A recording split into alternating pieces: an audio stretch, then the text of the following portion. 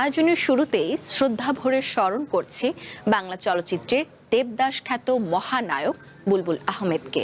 2010 সালের আজকের দিনে রূপালী পর্দার এই রাজপুত্র আমাদের ছেড়ে চলে যান।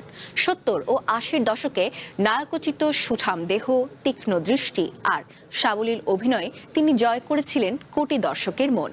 অভিনয়ের পাশাপাশি নির্মাতা ও প্রযোজক হিসেবেও তিনি রেখে গেছেন প্রতিভার স্বাক্ষর। প্রয়াণ দিনে গুণী এই শিল্পীর স্মৃতির প্রতি রইল আমাদের শ্রদ্ধা। নতুন রূপে নতুন স্বাদে বাজারে এসেছে হকের সুগার ফ্রি ডাইজেস্টিভ বিস্কুট।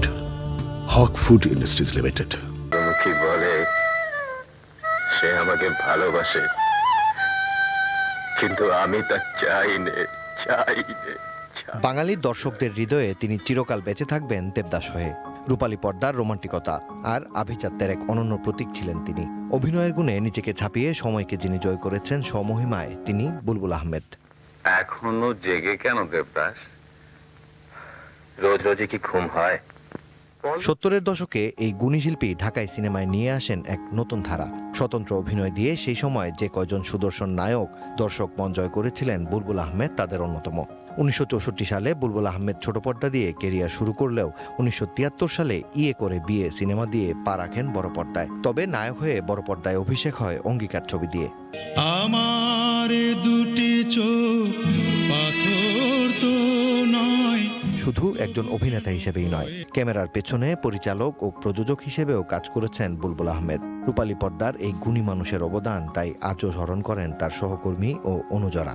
ওনার অ্যাক্টিংয়ের ধরনটাই ছিল একেবারে সবার থেকে আলাদা, এবং চলচ্চিত্র শিল্পে ওই ধরনের চরিত্র করার জন্য যে ভদ্র, শান্ত, সুন্দরভাবে কথা বলেন, হ্যাঁ, চলায় বলায় সব দিক থেকে মনে হয় যেন একটা শান্তশিষ্ট লোক। তো ওই রকম ক্যারেক্টারের জন্য বুলবুল ভাইয়ের কোনো বিকল্পই ছিল না। উনি যেখানে হাত দিয়েছেন সেখানেই সাফল্য পেয়েছেন এবং ওনার চিহ্ন রেখে গিয়েছেন, এটুকু বলতে পারি। এই জন্যই আপনারা আজও তাকে মনে করেন, আমরা মনে করি, এবং সবসময় চলচ্চিত্র, নাটক বা শিল্প সাহিত্য যতদিন বেঁচে থাকবে উনি থাকবেন।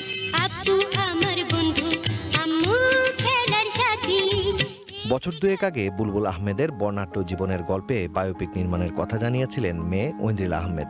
বাবাকে নিয়ে স্মৃতিচারণের সাথে কতদূর এগিয়েছে বায়োপিক নির্মাণের কাজ, সেটা মুঠোফোনে জানিয়েছেন ওয়ান এন্টারটেইনমেন্টকে।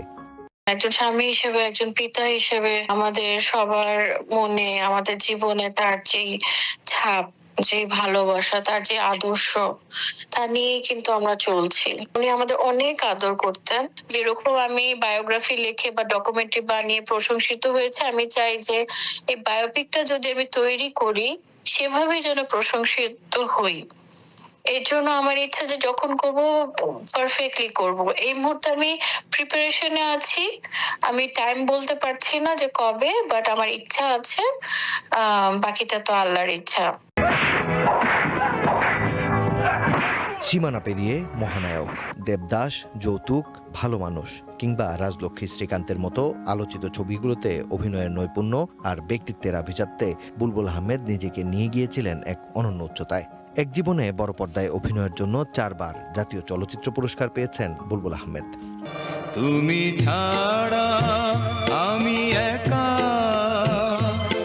বুলবুল আহমেদ আজ আমাদের মাঝে নেই, কিন্তু তার রেখে যাওয়া সৃষ্টি ঢালিউডের ইতিহাসে লেখা থাকবে স্বর্ণাক্ষরে। প্রয়াণ দিনে বুলবুল আহমেদের স্মৃতির প্রতি রইল আমাদের শ্রদ্ধা। আসলে দেবার কারো মাকসুদুল হক ইমু, ওয়ান এন্টারটেইনমেন্ট। কিছু আর নেই।